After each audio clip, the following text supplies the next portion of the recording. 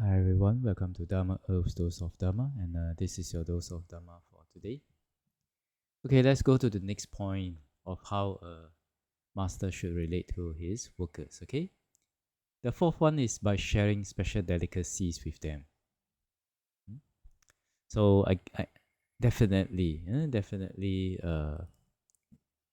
if you do this, then they'll feel appreciated.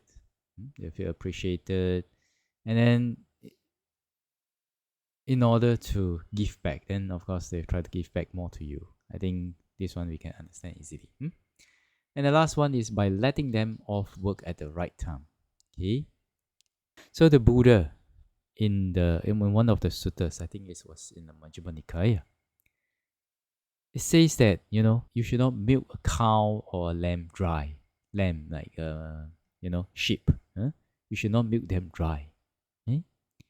So in the text, it refers the sheep or the cow to the donors of the monks. So this is basically saying that monks should be of few wishes and easily contented and should not keep asking like that.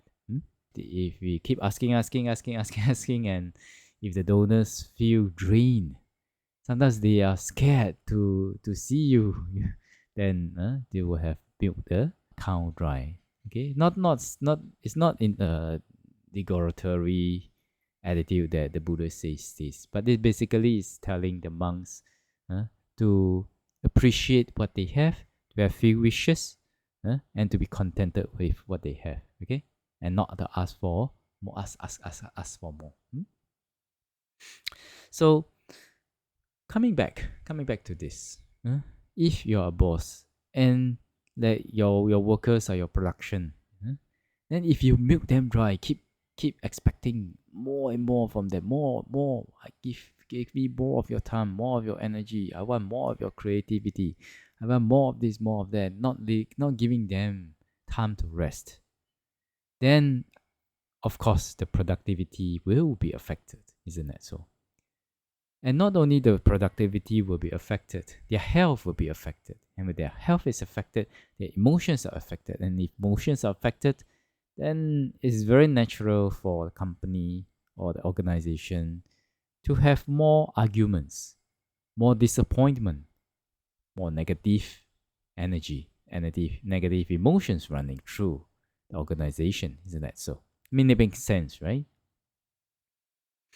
So So we should try to, instead of like pushing, if it is good, if we can motivate, and then making sure that they work in within a humanely possible working hours, and then making sure that they have enough rest. Yeah, then that is what we can do. Right? Of course, if you let them off work at maybe like 6 or 7, and then they go home and they play game until 2 a.m. and then they come to work tomorrow with panda eyes at 7:30 or 8 a.m. Then of course this is their problem, right? But for us as the boss, or your leader of the company, then at least we let them off work. Then at least we are free from blame, right? At least we are free from blame.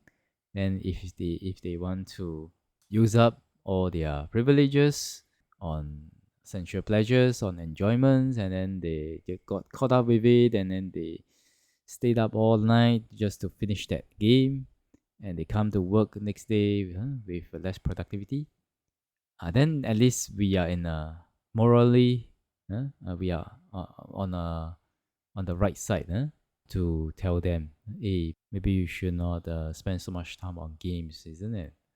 This will affect your productivity, like that. If we squeeze them until like they have to come to work, they have to work 14 to 16 hours a day, and then you're still expecting a lot of productivity from them, okay? Then of course they will be tired, they'll be drained now, and things like that. Okay. So some people may say, oh, but Pandey, if there's no forcing, then there's no productivity, leh. Right? If there's no competition, there's no productivity. We have to push like that. In order for the company to survive, we have to push. And look at, like maybe some famous bosses, they have pushed their workers through their limits and all that. Then look at the results that they have done. They have make a dent in space. They have made a change, significant change in the world. They have changed how the world operates. Look at them. I think yeah, but if we look at if we look at things not only just from how they change the world, of course, if they are a workaholic and they want to change the world and is fulfilling their wishes, I mean, all the best to them. But there are some people that they're not willing to pay the price for that. On a few of the prices to pay for that kind of a workaholic pattern, a lot of work, a little bit of sleep, a lot of money, is that they pay back in terms of their health. They pay back in terms of their emotional balance or their emotional health. And they may pay back what they earn to the hospitals and to the medical treatments. So if you're not willing to deal with that, then I think it's then we have to see as a worker, you have to see what is it that you want and pay the price for that. Okay, so if you want to make a dent in the world, in the space, and you want to be you want to change how the world operates, then you want to work 14, 16, 20 hours a day, by all means, no problem. Yeah, but at least for the boss, and letting the workers off work at the right time, at least it gives them the freedom to choose, right? Like that. Okay, then this is your dose of Dharma for today. Wish all of you well, peaceful and happy. And may the Triple Gem bless all of us to be able to attain path, fruition, and Nibbana as soon as possible. Sadhu, sadhu, sadhu.